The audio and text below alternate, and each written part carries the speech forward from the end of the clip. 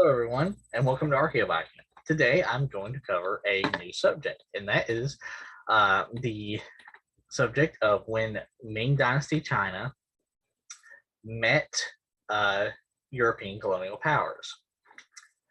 Specifically, I'm going to focus on when they were defeated by Ming China. As you can see in the title, as Ming China defeated the Portuguese, Dutch, and Spanish empires. So, what is Ming China? Well, the Ming Dynasty or Ming China was this country you see here and was amongst the most powerful, if not the most powerful country in the world at the time, especially from the when it was founded in 1368 after the Mongols were expelled by the Red Turban Uprising. Into the 1500s, but even really into its fall in the 1640s. Excuse me. And it was actually around the early 1500s that Ming China came into contact with this empire you see here, excuse me, the Portuguese Empire, which was an empire that was really mainly built around trade posts and trading, but did have some military conflicts, as we'll cover in a little bit, including against the Ottoman Empire. And when China met the Portuguese Empire, it was thanks to the figure you see on the right, Jorge Alvarez, who negotiated with China to pay rent in Macau in return for the Portuguese setting up a trading post there. Essentially, they were paying to be able to trade there. And this is their sort of modus operandi. They set up similar trade posts in India and China and on the Swahili coast of Africa. But eventually, this began to sour for a couple of reasons, such as building forts on the island of Tamau, or also known as Tuman, but also because of the conquest of the Malacca Sultanate by Portugal.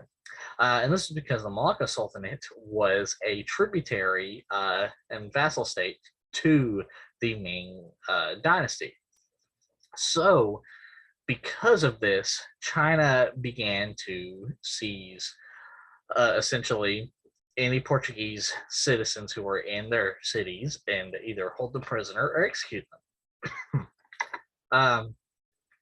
But they also led two different fleets to the island of Tuman, also known as Tamau, in 1521 and 1522, and both times heavily defeated the Portuguese navy. Eventually, because of the victors of these battles, the Chinese would send envoys to Portuguese-held Malacca, demanding that Portugal reinstate the Malacca Sultanate. Of course, they were refused, as well as the fact that in a few of the Portuguese-held cities in China, the Portuguese began committing atrocities against Chinese citizens in retaliation. So, in response to these attacks on Chinese citizens, the Ming Dynasty sent General Zhu Wan to the Portuguese-held island of Shangyu, where a Portuguese fort was, and he proceeded to defeat the Portuguese soldiers there and burn the fort down and not permanently, but at least for now, drive the Portuguese completely out of China all the way to Malacca. Eventually, Muslim citizens of the Javan Banten Sultanate, as well as Chinese citizens on Java, began to lead multiple attacks on Malacca up here in an attempt to reinstate the Malacca Sultanate. And they all unfortunately failed, but those are really the only failures on the Chinese part. However, eventually, China did reinstate Portuguese trade rights in Macau. Now, it should be stated that this was not uh, because the Chinese lost. In fact, it was quite the opposite. It was simply because by the 1550s, when they reinstated trade rights, they no longer saw the Portuguese as a threat. They had defeated them basically in every engagement, um, and actually felt that because of the trade that they were generating and the revenue that came from the trade, that they were more beneficial to have than not. And besides, they had already made their point. Basically, we make the rules here. You don't. If you don't listen, we're going to destroy you. Essentially that. Which basically any other, during the colonial era, any other colonial power did. So, but it was in the 1600s that the Chinese came into contact with the Second Empire, European Empire, that they came to know. That was the Dutch Empire, which drove the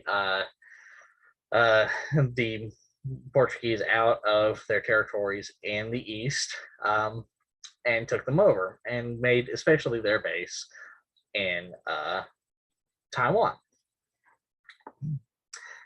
And they did try to establish trade with China. However, the way they went about it was far different, because essentially the Dutch modus operandi was to bully weaker kingdoms in Southeast Asia into submitting to complete Dutch rule. And they tried to do this to China, and it did not go well at all.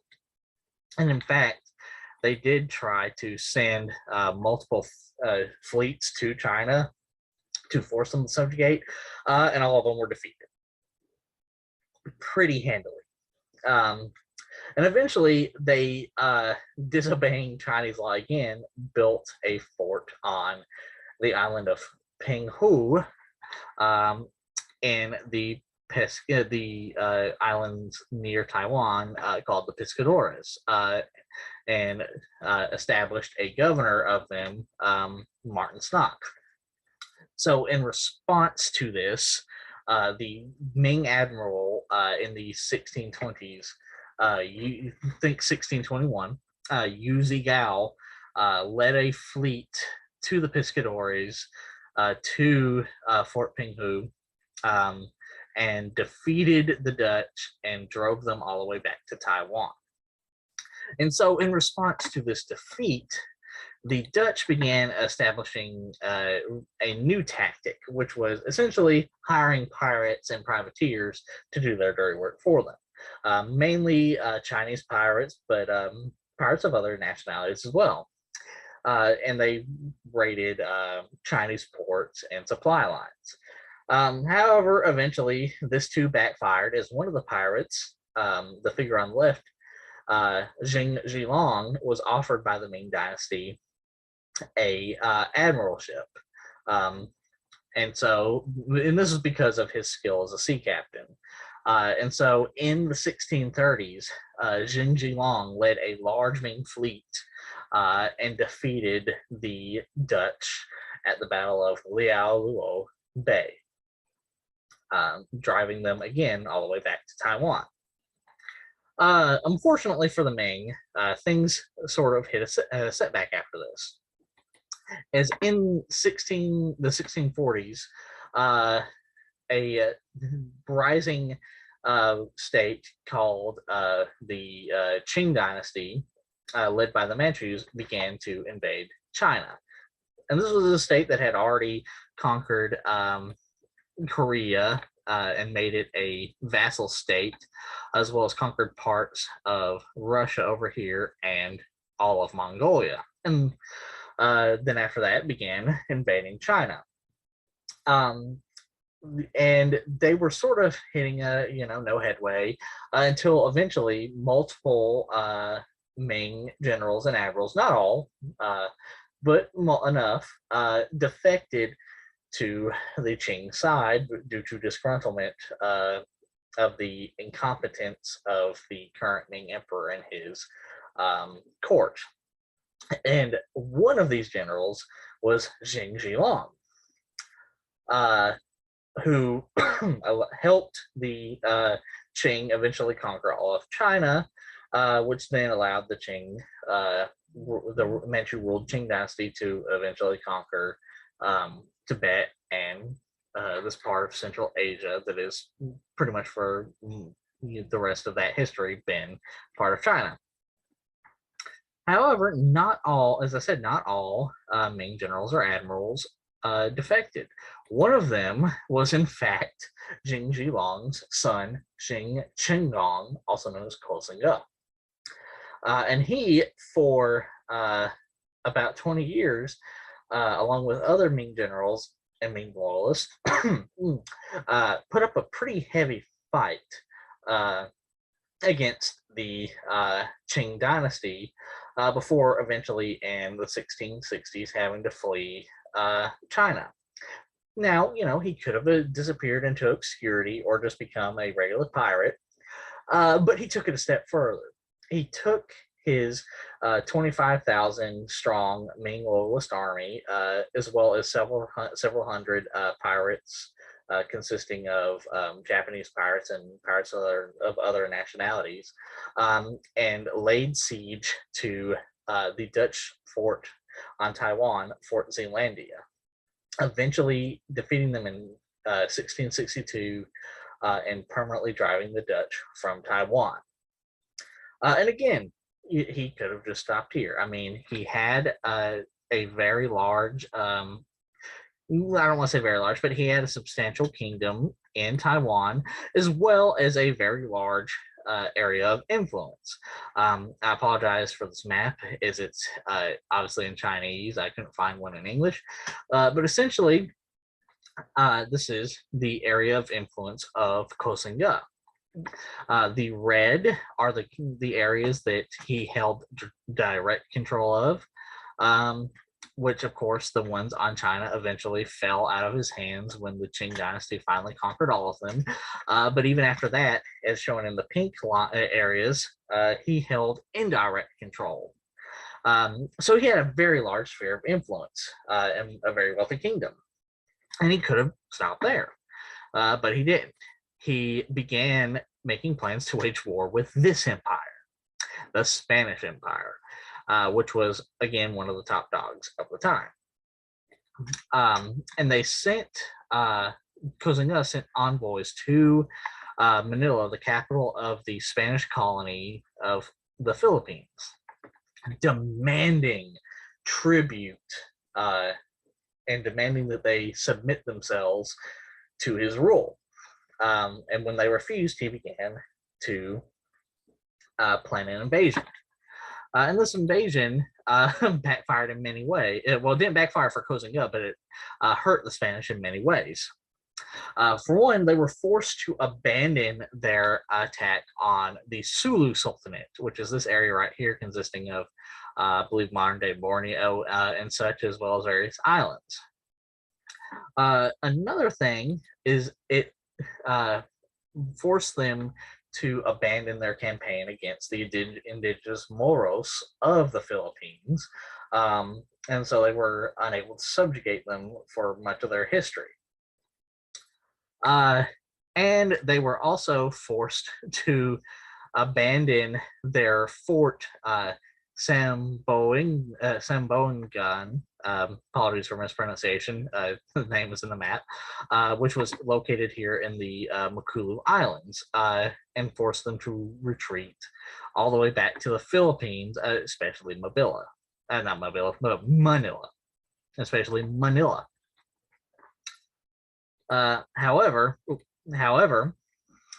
this invasion did not come to pass, as in 1663, Koxinga died, and his son saw no reason to continue the invasion, and just essentially abandoned the invasion.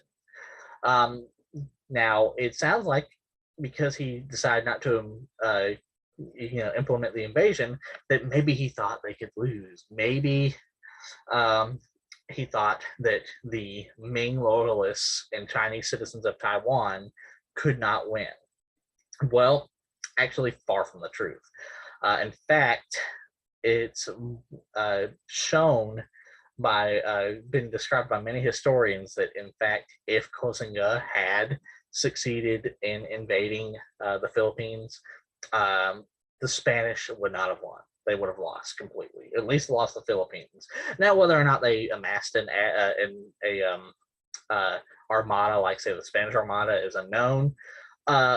But considering that this was only 30 years after the 30 Years War, and they were still recovering and still dealing with rebellions such as the Moros, probably not. So this is why I included this, because while the invasion itself never happened, the sheer fear that Spain had of not even the full might of, say, the Qing or the Ming Dynasty, just 25,000 soldiers, Ming soldiers invading, is a testament to how powerful the Chinese kingdoms were, and shows that whether it's directly or indirectly, the Spanish lost to China. Okay, well, that's the end of this video. Did any of y'all learn about any of these in school? I'm assuming you probably didn't. And I hope you enjoyed it. And please remember to share, like, and subscribe, and have a good day.